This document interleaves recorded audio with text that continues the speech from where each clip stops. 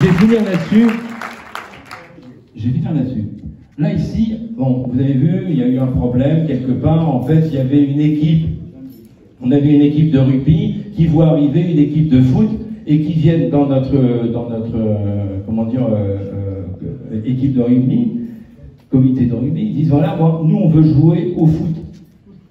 Et on leur dit, mais ici, c'est une équipe de rugby. Ah bon, on ne veut pas le savoir, on veut jouer sur le même terrain que vous, en même temps, au foot. Donc, on leur dit, ça ne va pas, on veut bien essayer un petit peu, mais vous savez, ça ne va pas le faire. Et évidemment, ça ne l'a pas fait. Donc, on leur dit, mais vous allez faire une équipe, vous jouez dans l'équipe d'un club de foot, à côté, allez jouer dans le club de foot à côté. Et si on n'a pas, ben, montez votre propre club. Ah, ils ne veulent pas savoir. Non, on veut votre club parce que votre club, il nous intéresse. C'est votre club qu'on veut. Alors vous dégagez, on va faire du foot. Le rugby, on s'en fout. C'est ce qu'on a vécu. Et la base de ça, c'était le côté royaliste. Donc on s'est dit, on va peut-être vous expliquer un petit peu pourquoi on utilise ce symbole. Et dans le cadre de Sénat souverain de Savoie, le plus important, c'est souverain, vous le savez bien. La souveraineté, ça ne s'apprend pas, ça se vit. On ne va pas faire des cours de souveraineté. On a la souveraineté dans la vie. On s'impose, c'est la Boétie. Je dis non. J'arrête de me mettre à genoux, je me mets debout. C'est ça la souveraineté, d'abord. Et après, elle se décline en fonction de chacun et chacune. Donc, qu'est-ce que c'est que ce symbole? Alors, on voit tout de suite, on dit, tiens, c'est un symbole royaliste. N'oubliez pas que la Savoie, c'est un duché. On n'est pas une république, on n'est pas une démocratie. Hein. Vous savez que la démocratie, c'est le moins pire des systèmes, mais c'est pas le meilleur. Donc la démocratie, voter en référendum, quand vous avez une population qui est aux trois quarts illettrée, illettrée, je parle au niveau culturel, on lui casse tout dès l'enfance, hein, on ne va pas parler du délabrement du système éducatif, on a cassé une population. Les enfants qui ont une éducation absolument lamentable et de pire en pire, c'est sûr que quand ils sont adultes, c'est pas ça qui va vraiment aider. Donc, en fait, on a affaire à une population qui est aux trois quarts mal éduquée. Quand vous faites un référendum, ben vous avez peut-être un quart de population éclairée et trois quarts qui ne comprennent pas et qui écoutent BFM, qui écoutent tous ces gens-là. Donc évidemment, c'est pas vraiment la meilleure chose. Donc c'est ça la démocratie. Plus on appétit un grand nombre de personnes, plus en fait les référendums deviennent totalement inutiles, ça vous le savez.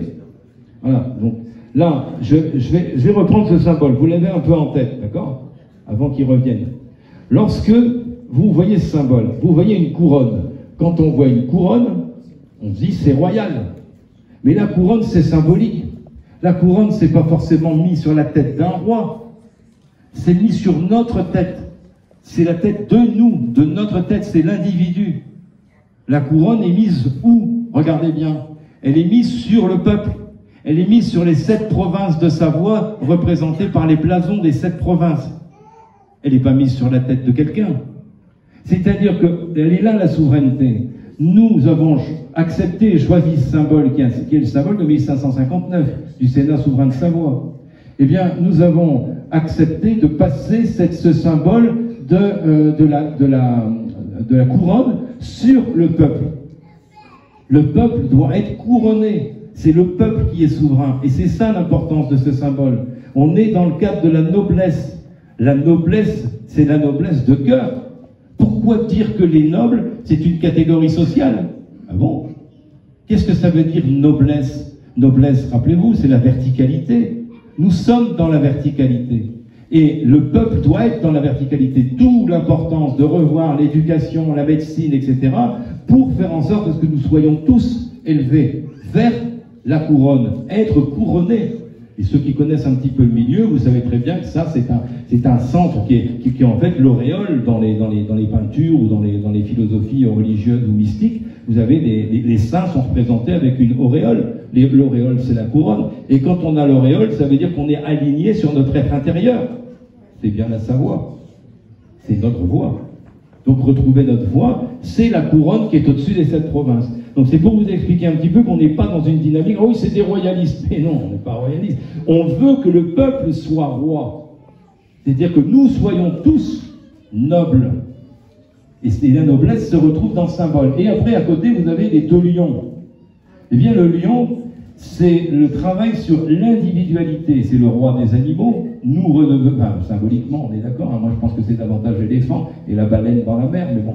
Mais quoi qu'il en soit, on est dans une dynamique léonine. Le lion, il y en a deux, féminin, masculin, dans la polarité. Et le lion, en fait, est le symbole de l'individualité, pas l'individualisme. Si on met une couronne sur une tête seule, c'est l'individualisme. Si on met sur le peuple, ça, la recherche de l'individualité. Le peuple ne peut pas fonctionner en individualiste. Il doit fonctionner en individualité. Donc notre recherche d'individualité, c'est le lion qui la montre. C'est-à-dire que donc nous protégeons en fait par cette histoire d'individualité. Donc là, on a des couleurs. Les couleurs, c'est le jaune.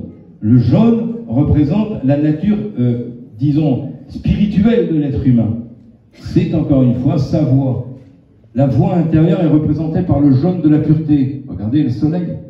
La couleur jaune est très importante. Donc là, vous savez très bien qu'un symbole est très important pour un pays comme pour autre chose. Le drapeau, c'est la même chose. Et là, on parle plutôt du symbole du Sénat. Et ensuite, vous avez le rouge. Le rouge est la couleur du pouvoir. C'est la couleur de la force. C'est la couleur de Mars.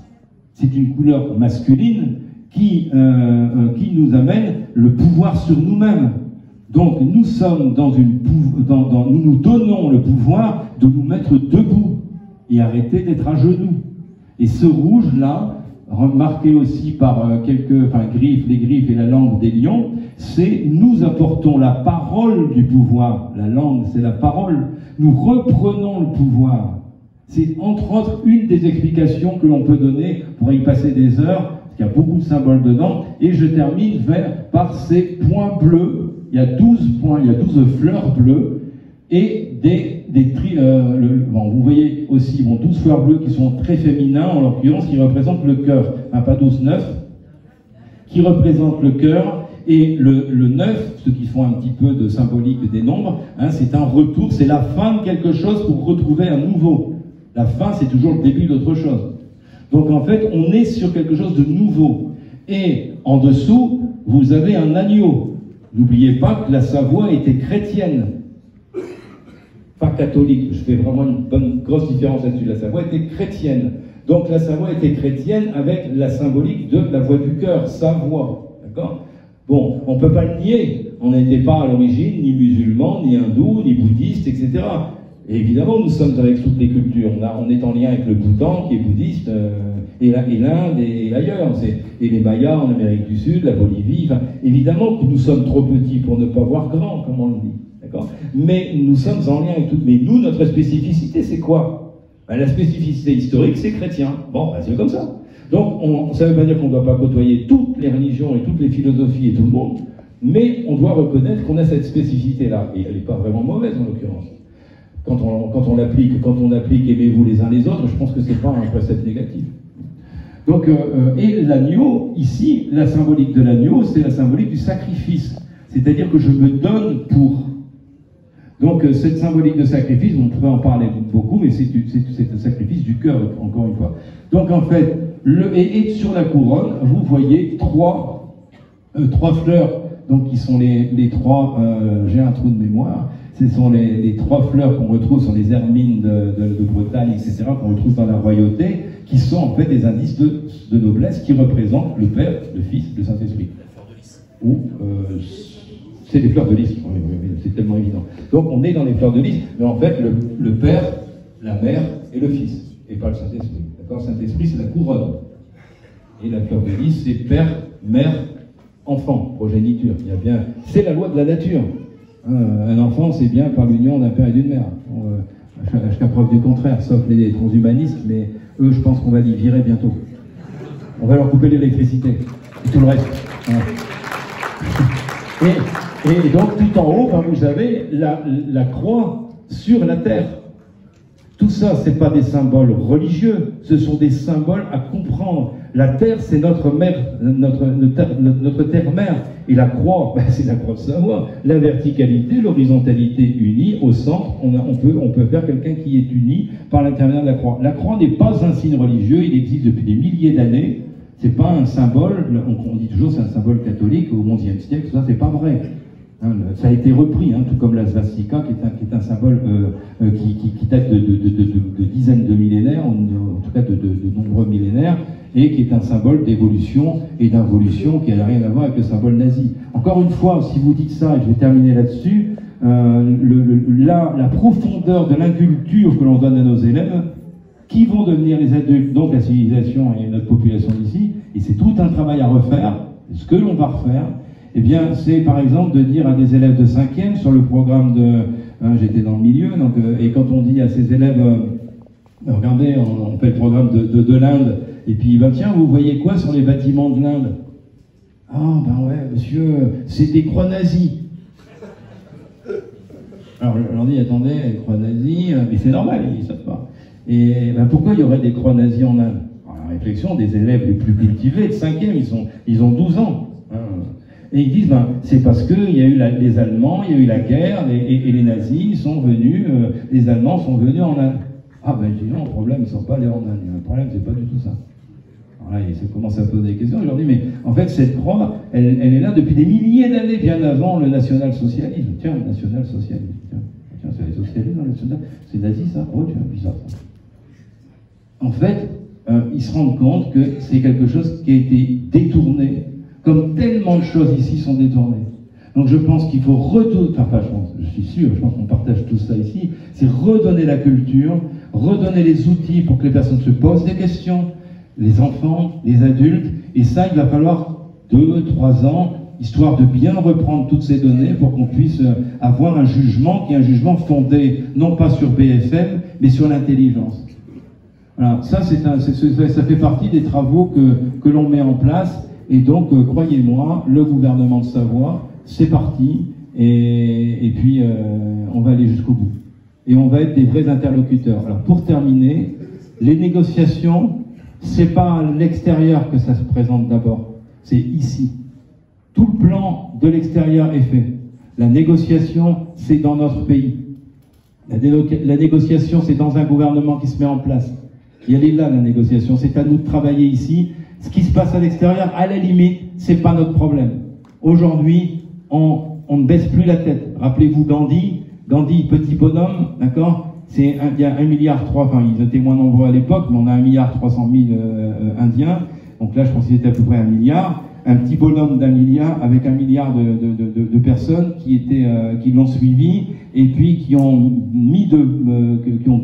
bouté en fait le gouvernement anglais. Hein, c'est quand même un des plus grands colonisateurs avec la France. Hein. Donc en fait, on va y arriver, mais il ne faut pas baisser la tête. Il faut dire non, mais poliment. Non, en respectant. Quand je vous disais tout à l'heure qu'on est en lien avec les renseignements généraux, ben oui, on est en lien avec les renseignements généraux.